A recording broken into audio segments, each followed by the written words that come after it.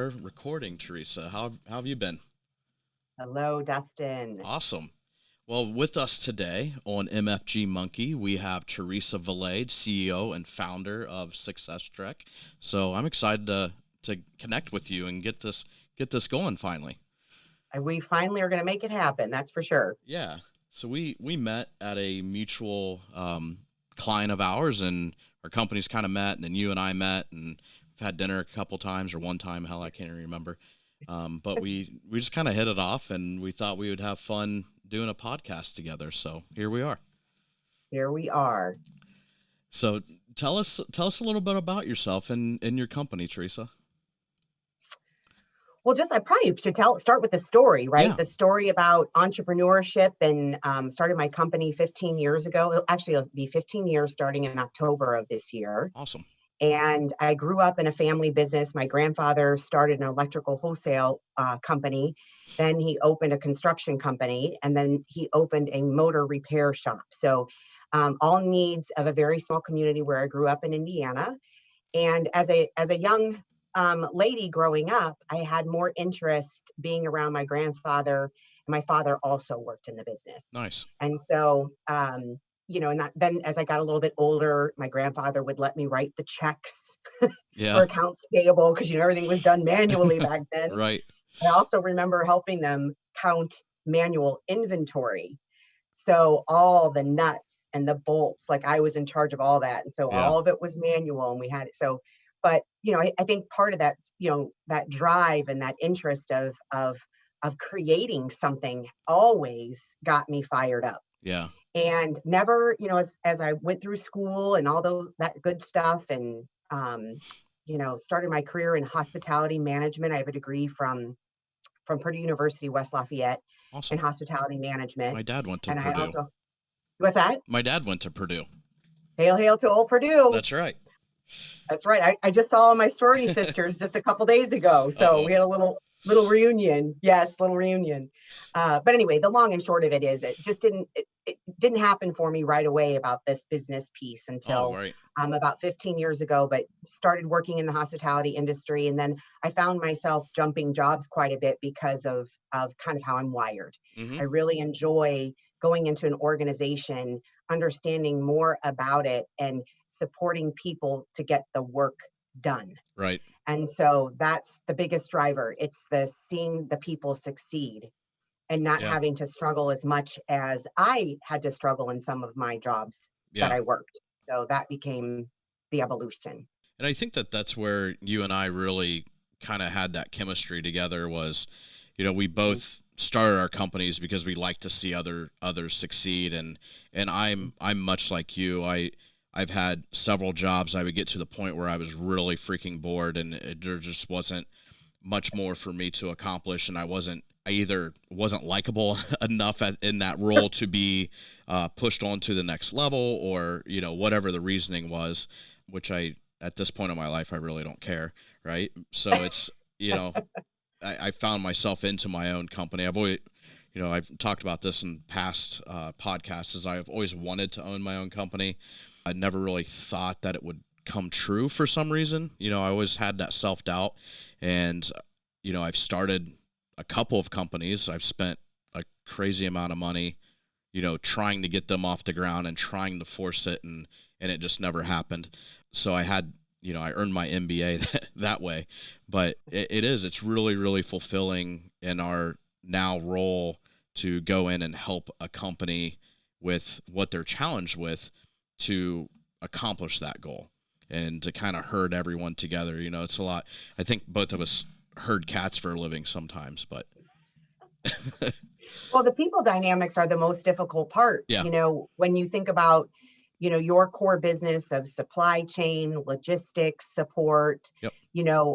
there's a lot of challenges that come with that Mm-hmm. kind of work. And then it's all in alignment with this process improvement component where I think we both get excited Mm-hmm. about Yeah, how we absolutely. can help a company kind of move past some of the ways that they've been doing something traditionally, Mm-hmm. but then how can we help them see something a little bit different that is more efficient? But bringing the folks along with us Yeah. can be challenging. Sometimes we want it more for them than they want it themselves. Yeah, And I think that's hard for folks like us who are drivers. And not that the folks that we work with are not drivers. That's not what I'm saying, but I just sure. feel like we all get into our own world of our status quo. I think it's back to that. We got to get out of our own way. And that's, I feel like, our jobs when we go in, Yeah, Dustin, yeah. our job is to kind of help them move through that. Well, and I think that you and I are able to get laser focused on an issue, right? So when we're in a customer, we're laser focused on their problem, and we don't see anything else. Where I think sometimes when you get in there, people wear so many hats because it's not pre-2008 when you had a body for each task. Task. Now you could have one person wearing 5 different hats for 5 different people, and they just kind of get paralysis by analysis, and they don't know what the hell to do, and so therefore they just don't do anything. And I think that we see that a lot, where I know we, together we did, where it's like, okay, well, let's focus on this and accomplish step 1 and not jump to step 17, first. And it can be frustrating, but Absolutely. yeah, but it's amazing when it all comes together and you look back and it's complete. That's definitely the fun part. Agreed. Agreed. Yeah. Tell me about one of the biggest challenges that you've been tasked with one of your clients and how that turned out. I'm I'm putting you on the spot. I know. What's that? I said I'm putting you on the spot. Well, this is the way it's supposed to be. I know, for right? this interview, right? Yeah, we roll we with weren't it. gonna we weren't gonna do anything pre-recorded. Yeah. So I think one example that comes to mind is an organization that was family owned, and it transitioned to second generation. Okay. So, and that always comes with its own set of challenges. And so even though we work with a mix of different sizes of companies and different kinds of companies, there's no question I do have a tendency to gravitate towards family owned business. Okay. Because of how I was brought up, Yeah. right? So they, you attract what you think about. And so this challenge, the young gentleman, this second generation person, found himself in this, he wanted to see change, but his father still wanted to be involved in the business. Yep. And then, I was brought in more to support just training of team members on the leadership development side of things, because they had several supervisors that were promoted from within, great tactical workers, but they saw them as, right, just because they work well doesn't mean that they can supervise folks. So that was the original reason why I was brought in, was to support that. And then it organically became the conversation with the second generation entrepreneur of, how do I move my dad through the transition and get some folks that have been with our business for a long time to get on board that we've got to do things differently, or we're not going to be here down the road.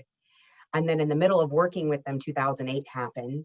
Oh, wow. And which had its own set of challenges, but thank goodness we were able to move them and transition them into a place where they were bought by one of their competitors. Okay. They didn't want that to happen, but the reality is that they did set themselves up for organizational success, so that when they were marketed, right, when buyers were looking at them, they were definitely more attractive and valuable, because we spent time building the infrastructure of his executive team. We did training of their supervisors.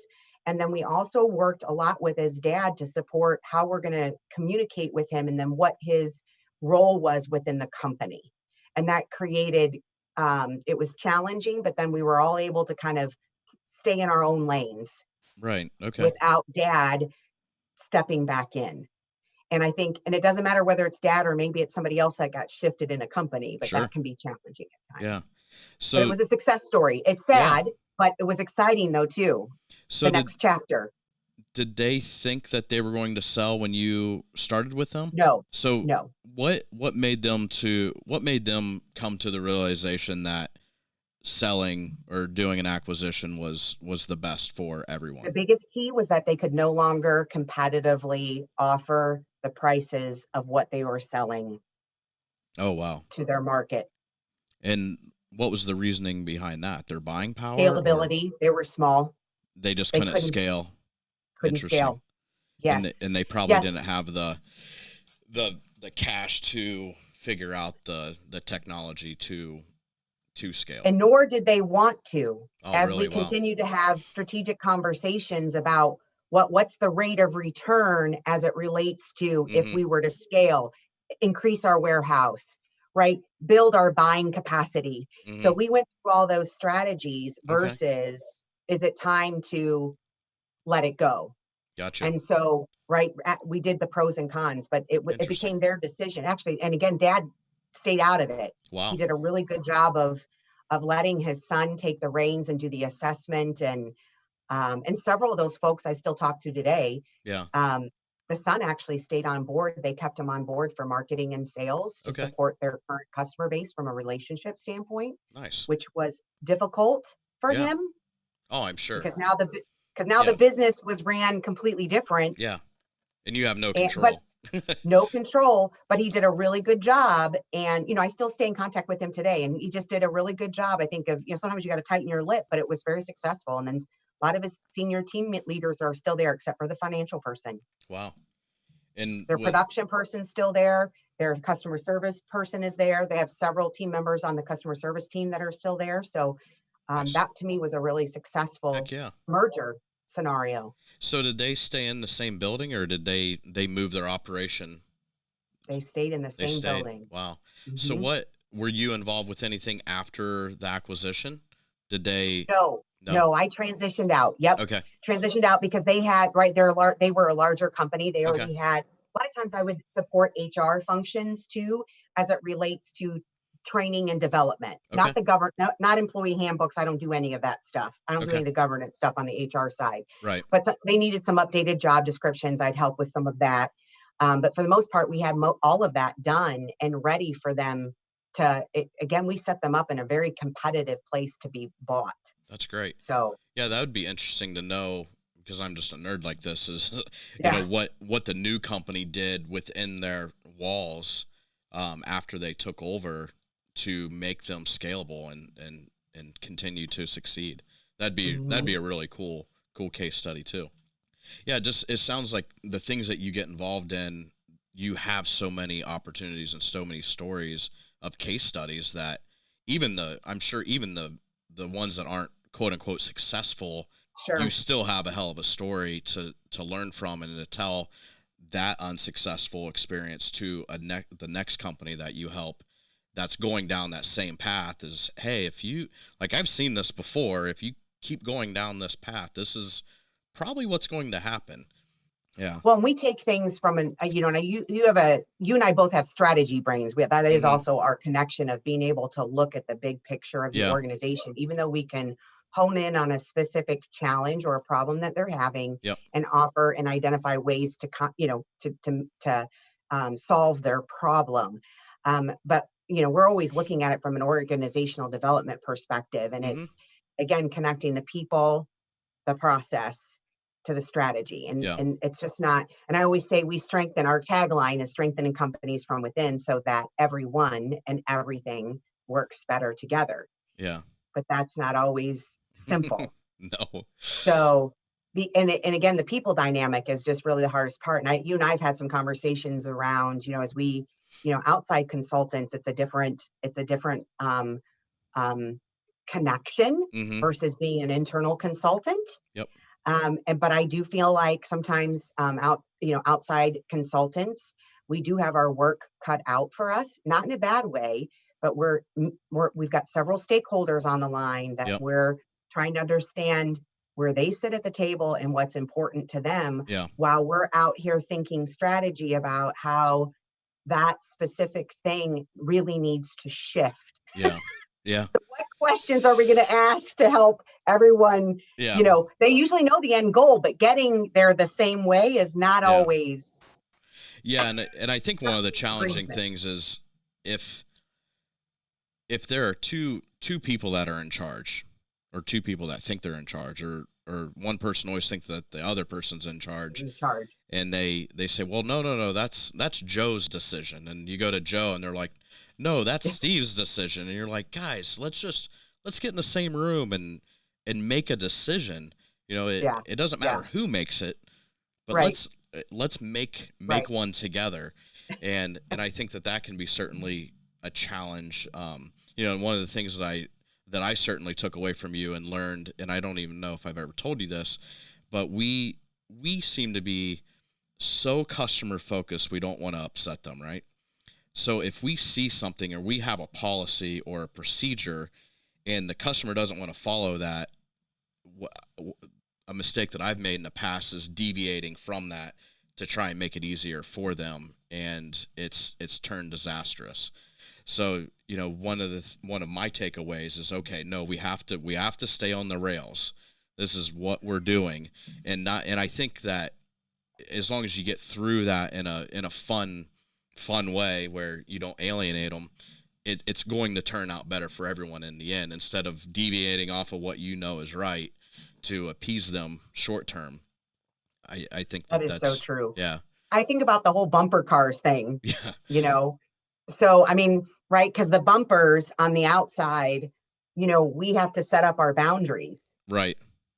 Now we can bump inward, right? We can meet our client where they're at to a certain extent. Sure. But to your point, we can't sacrifice what we know to be true to get the result.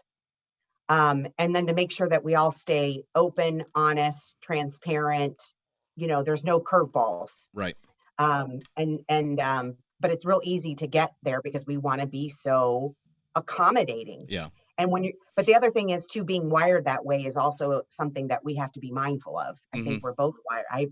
I had my own struggles early on that my team members would say, Theresa, you're overly accommodating.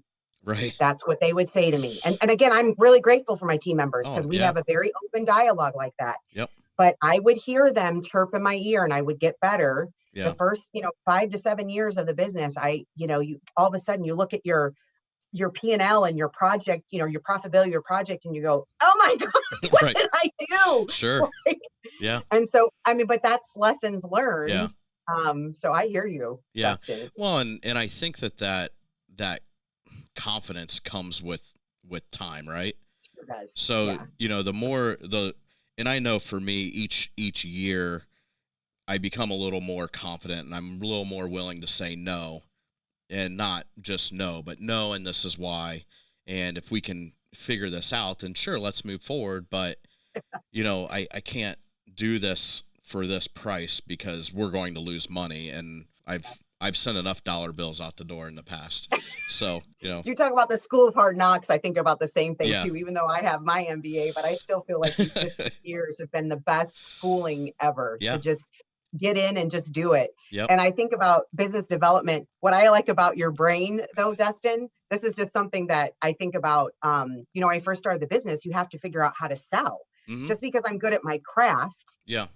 Right. You have to, and that, I never really sold. Now, granted, I did work for Kendall Jackson Winery, so they obviously saw that I could sell something, but that was really the only thing that I've sold.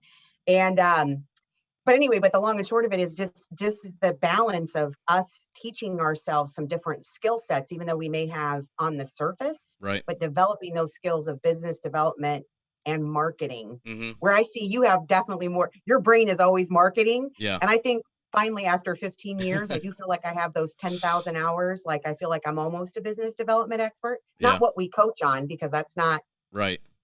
That is definitely not what we coach on, because that isn't my forte. Yeah. But I've had to learn it. Yeah. So, well, and that was for me, I dealt with something exact opposite of you. So, I was always sales marketing and kind of a mediator where I could help, when I first really started selling, I literally got my first sales job in a bar. Like, this isn't a joke. In a bar, talking to mutual friends, and I just really got along with this guy, and I ended up working for him for a while. It was in sales. I had never been in sales before. Sales went up 15% the first year. I had all these old school guys they're like, what are you doing? Like, you don't even know what the hell you're doing. How are you being successful? I'm like, I don't know. Like, I just show up every day. I get up in the morning. I work until I can't work anymore. And then I get up and do it all over again. And that really taught me, you don't really have to know what you're doing. You just have to be there willing to help and to solve a problem. And that's at the end of the day, if you just, sales to me is problem solving. If you can identify an issue and offer a solution and then follow through and execute, I mean, that's all sales is. But typically a salesperson, so I always, I could identify an issue and offer a solution, and then I'd have to bring somebody else in or a team of people that are way smarter than me to actually do it. And then, hopefully it all holds together. So when I started my own company, I could sell. I'm like, okay, well, now I got all these opportunities. We're quoting, everything's going well. And I'm like, well, who's going to fulfill all this stuff? And I'm like, oh God, it's me. And so, that was a big learning curve. But I've always been very process and system driven where, I just went back, okay, I did this in sales. I have a sales machine that just over a decade that I've built, and it'll never be perfected because it changes so much. But I'm like, okay, well, for fulfillment, we just need a system. So we just, bought really good systems and hired really good people, and I really lean on them. I'm really excited. Did you meet V yet? Vienna? Yes. So tomorrow we have a conversation. I ended up canceling my event that I had because we just had a low turnout, which is, it happens sometimes. Yeah. But we have a call tomorrow. Awesome. So you'll love V. Yeah. You two are wired very, very similarly. She is an ops ninja. I mean, she's really, really going to take us to the next level. She comes from the Japanese manufacturing world for 25 years. She did, accounts receivable, accounts payable, system build outs, inventory control, blah. I mean, just so we're really, really excited to have her on. And I think we get you two together, it'll be really good for all of us. So she's got some good challenges in front of her too. Yes, she does. Yes, she does. We have tasked her with running our WMS system that we just launched, and it's a great system. I'm not the right person to take charge of that. I got it to where it is now, and it's usable. And I'm like, Vienna, this baby's all yours. Like, you take it and run with it. And she literally, what took me probably 6 weeks to learn, she picked up in 1 or 2 days and is off running. I'm like, oh God, it's just such a breath of fresh air. So, yeah. Well, and then how is your warehouse going? It's going well. So I think we got every documentation. I had to trade in one of my children to actually, get past the next thing that they want. So I think we've given them everything that they need, so they know that we'll actually pay our rent. But that's a big, it's fun. It's fun and scary all at the same time. It's 20,000 square feet with, I think, just a little over 1,000 square feet of office space. So a lot of space, high ceilings. So one of our customers that we sign a contract with that we actually start on July 1st, which is getting down to the wire. They want to start moving in product on July 1st, and not everything's completely done with our warehouse yet. So now, is that the one that you have to have refrigeration for? No, we won't do any refrigeration or anything. Okay. But they are kegs. Unfortunately, they're all going to be empty. So yeah. So what we're going to be doing for the company is we will receive in the dirty kegs from the brewery that they rent off of our customer, and we'll clean the outside off and decant them. We'll empty them, but we don't have to sterilize them, and then we rewrap them and stack them. So we'll have, I don't know, roughly 20 to 30,000 kegs in the warehouse at any given time, and then we'll have trucks every day coming in and out, picking up new, clean kegs and dropping off used ones. So that'll take up quite a bit of the space. It'll take up between 7,000 and 8,000 square feet of the space. We are very close to, with another customer. It's a launch. It's a brand new company. it's going to be amazing. And I'm actually having their CEO on and the president here in a couple weeks. I don't even know if I can talk about them yet or name their name yet. They have tagged us in LinkedIn with a few things. It's amazing. It's one of those products that you look at and you're like, why didn't I think of that? And it's so simple. So Yeah. we actually went out. We have quoted all 9 parts for them right now, and we're going to be doing everything from handling all the manufacturing for them. We'll get it into our warehouse bulk packed.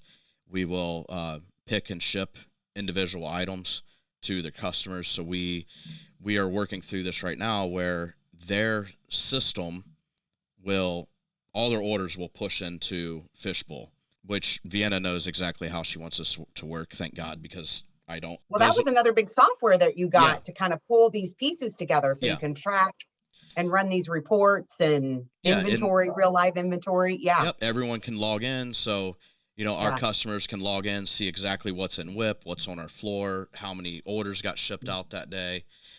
They'll get email notifications or how it works if we're shipping product that we sell, the customer gets email notifications when it ships and when it's delivered and things like that. So, but yeah, that's super exciting. I mean, they're projecting 5,000 shipments a day when they mature, which is insane to me. So that's ready. Yeah. So hopefully we crawl, walk, run. We don't just get fed with the fire hose right out of the gate. That's never fun or successful, but it happens sometimes, right? Yeah, absolutely. Well, just even, I was telling you about your recent podcast with your friend Aaron. Yes. But just him getting started up. I mean, we all have to start somewhere. Yep. Sometimes it's not always the ideal way. But I mean, you're going to go through your own transition. Oh yeah. As well. Yeah. So, and it will be fun. I think that's my drug, right? Everyone has their vice, and every time, and I've noticed this over the last couple of years, every time I get comfortable, I do something to make myself uncomfortable. But that's that's what gets my juices going. If I get too comfortable, I sleep until noon. And I'm like, everything's running. Nothing needs me. It's running. So I need that next challenge that I don't sleep real well, and I get up in the morning and it's like, okay, how do we figure this out? And, I've been able to surround myself with good people that work for me, good people that I'm just friends with, like you, that, we can help each other out. And that's what really, really I enjoy about owning my company. Well, you said something earlier about selling in the 2008 economic downturn before all this, pandemic stuff. But did you ever read that book, The Challenger Sale? No. It came out. Nope, never read that one. Maybe 6 months after, maybe it was 2009 or so. But, when you talk about the business development side of things and helping, organizations, because that's what I find when I go in there, they can tell you a lot of symptoms about what's happening in the organization, but it's very difficult, right, to get to the root of the problem. The Challenger Sale, so that's one piece of the business development side of things. But I think the other important piece I just wanted to say out loud, which is just something that we take not for granted, but it's our underlying root of who you and I are, and that's relationships. Yeah. So, and I think but the Challenger Sale was just talking about how certain companies stayed afloat versus other companies that leaned heavily on a lot of online marketing. Yep. And those kinds of things did not necessarily come out on top, but it was the companies that focused on the personal relationships. Absolutely. I think that even during this time, it's, there's no question. I do believe that my pipeline is going to be affected. So I'm very blessed that several clients during this pandemic have been able to pivot along with me. Yep. Some of the work that we do isn't like, you can't just go in and do a skill building training in person during this pandemic. Right. So that obviously affected some of the work that we did. Now, granted, some of the documentation that we do for the training tools and onboarding, we've even been able to do a couple strategic retreats with both teams and executives via Zoom. So Wow. I feel like just some people, and it's a little different because Yeah. the mojo, Yep. right? The energy is a little different. And I've got an upcoming, the Association of Women in Metals actually invited me to come Oh, speak cool. next week for a webinar. But we're addressing kind of the challenges within their industry with the furloughs and layoffs. Yeah. And we're talking to folks that are left behind feeling like they're the last person standing. Yeah. But again, back to relationships, Yep. that so it's just that ongoing thing that I think that you and I do. It's just important to us. Mm-hmm.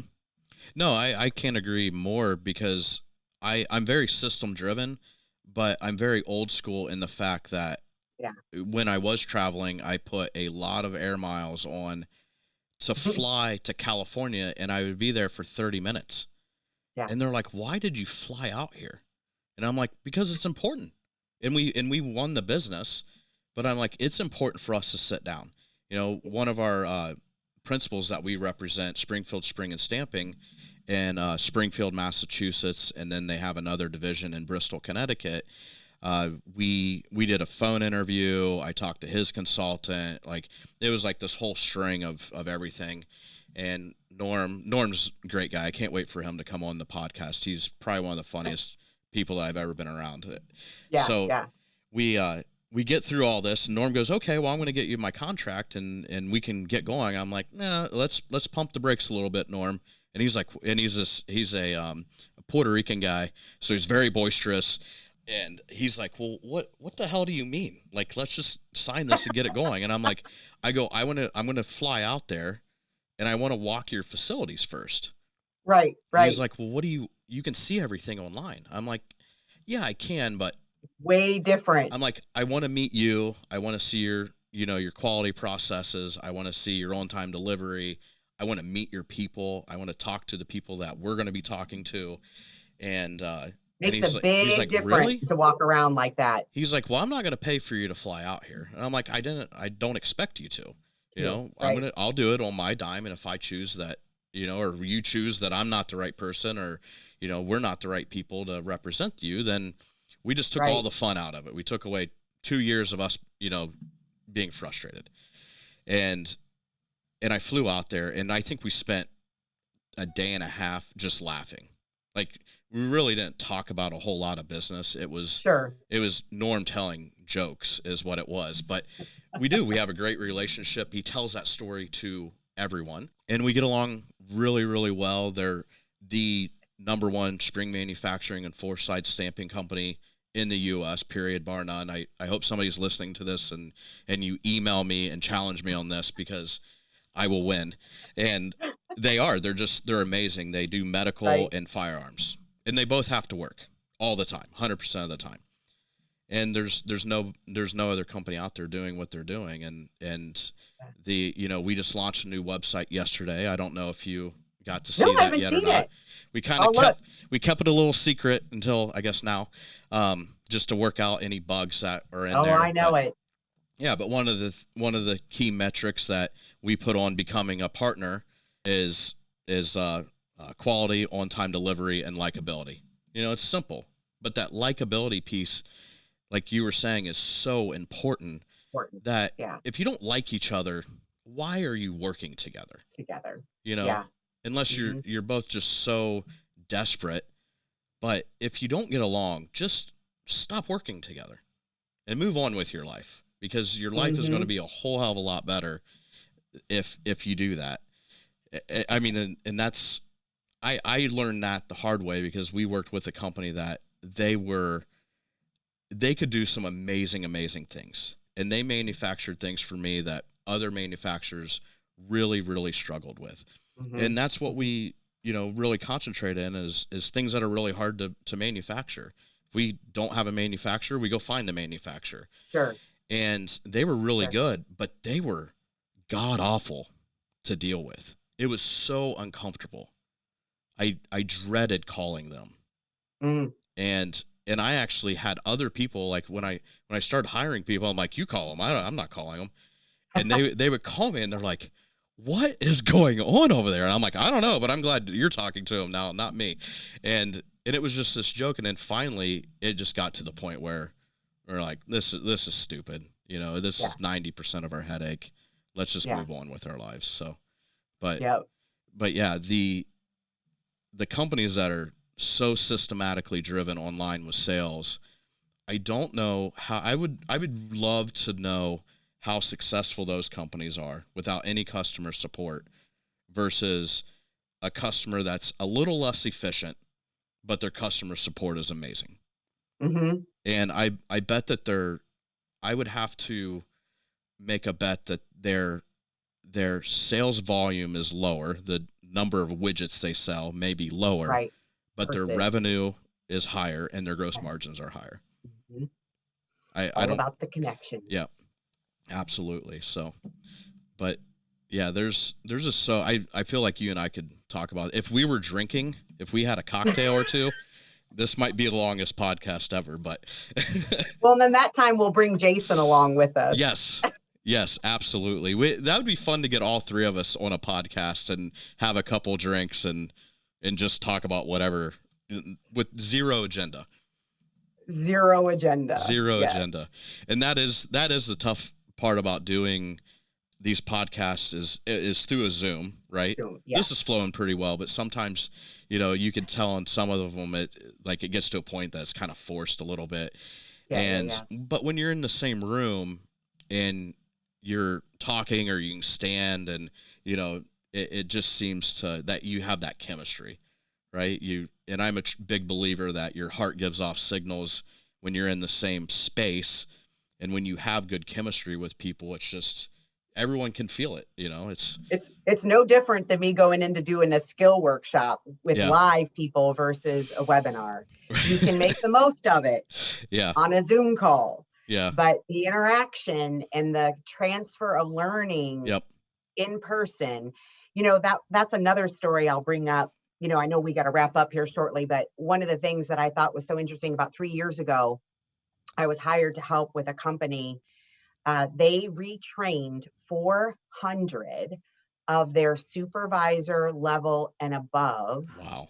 There were and they're still in existence today. They're merging actually with another home intravenous care company. Okay. So they're becoming larger. But at the time that I was working with them, their focus was all about, if we focus on our leaders and our people, right? They were shifting culture. And so the previous culture was from a corporate organization, and a small private company bought them. Okay. And they wanted to blow up the culture and get rid of this rigid, hierarchy and all these their process and procedures are good. Sure. But when they start driving and taking autonomy from decision making and allowing people to handle situations, that's when it becomes challenging. But this organization was so cool. I basically went all across the country, and 25 people in a room. That's it. I traveled across the country, and we basically had classes throughout 3-day leadership development training series from 8 to 5 for 3 straight days. You talk about transfer of learning, though. Yeah. It was so, just a lot of companies stopped doing that. Yeah. Because of cost and expense.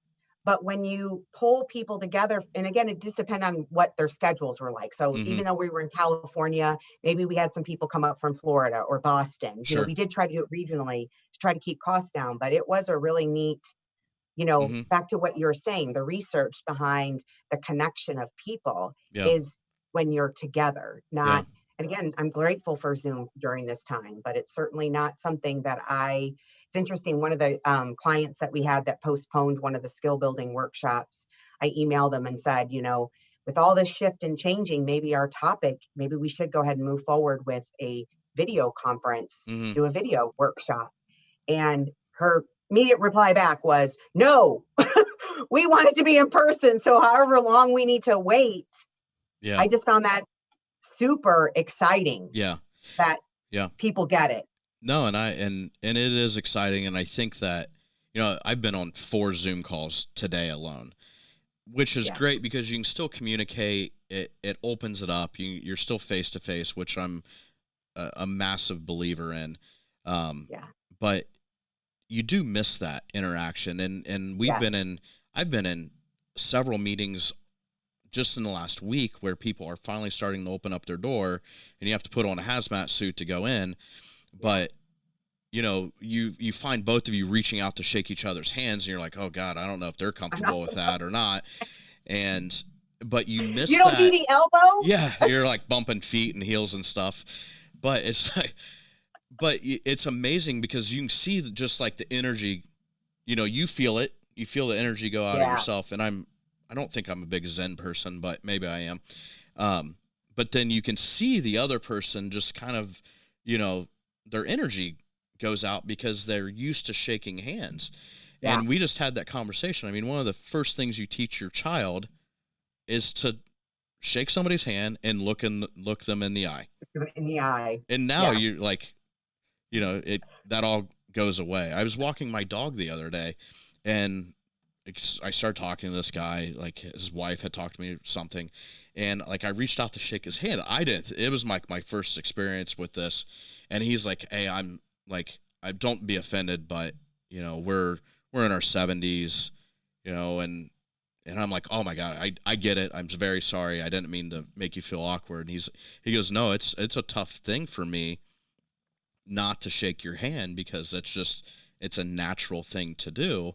And he's like, but we just need to be conscious about this. And I'm like, I get it. You know, last thing I want to do is read in the newspaper something happened and it's shortly after I shook your hand. Like I wouldn't be able to live with myself with that, but it is, you just, and I think that we're going to stop taking those things for granted moving forward, you know, these personal connections, you know, when we do get in our warehouse and we have our studio and, you know, you and Jason come down or, you know, I'm able to come up there and we set everything up and we can do this together. It'll be a whole different topic. And I think that, we'll really appreciate it even more because of, you know, what we're going through now. So it is interesting.